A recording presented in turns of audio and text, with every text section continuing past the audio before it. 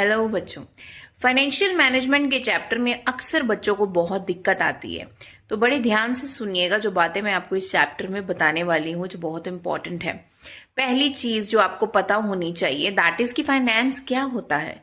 Finance बेटा basically it is the ultimate requirement of any business. No business can survive without finance. तीसरी चीज, it is required for short term and long term needs. It is required for fixed capital and working capital requirements.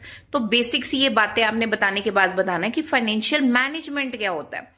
Financial management का मतलब होता है from where you are going to procure funds.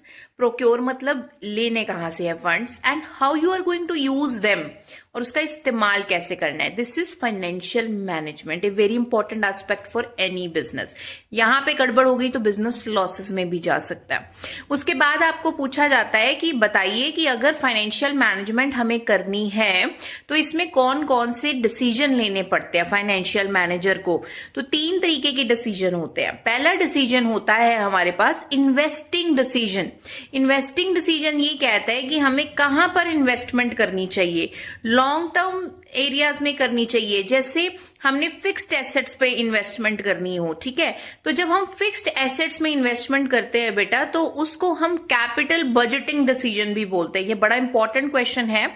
और जब हम दूसरी रिक्वायरमेंट कौन सी होती है, डे टू डे ऑपरेशंस के लिए, वहां पर हम इन्वेस्टमेंट करें, तो वर्किंग कैपिटल उसे कहा जाता है, जहां पर डे टू डे एक्सपेंसेस को बिजनेस में चलाने का जो खर्चा होता है उसे आप वर्किंग कैपिटल का नाम देते हैं, ठीक है।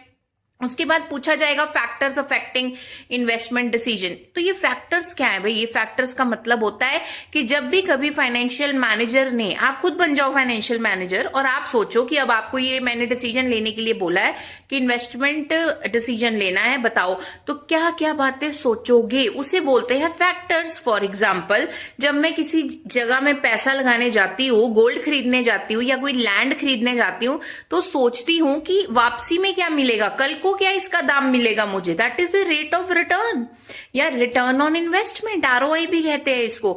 तो जब हम कभी कोई चीज खरीदते हैं या पैसा कहीं लगाते हैं, तो जो सी चीजों का हम ध्यान रखते हैं, जो सी डिसीजंस हमारे उस डिसीजन को इफेक्ट करेंगे, उससे ही बोलते हैं फैक्टर्स अफेक्टिंग ये डिसीजन, इन्वेस्टमेंट डिसीजन। इसके बाद सेकंड डिसीजन होता है फाइनेंसिंग डिसीजन।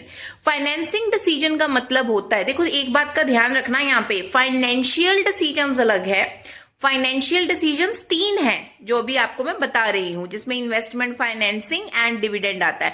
और उसके अंदर एक सब कैटेगरी है सेकंड वाली, जिसको हम बोलते हैं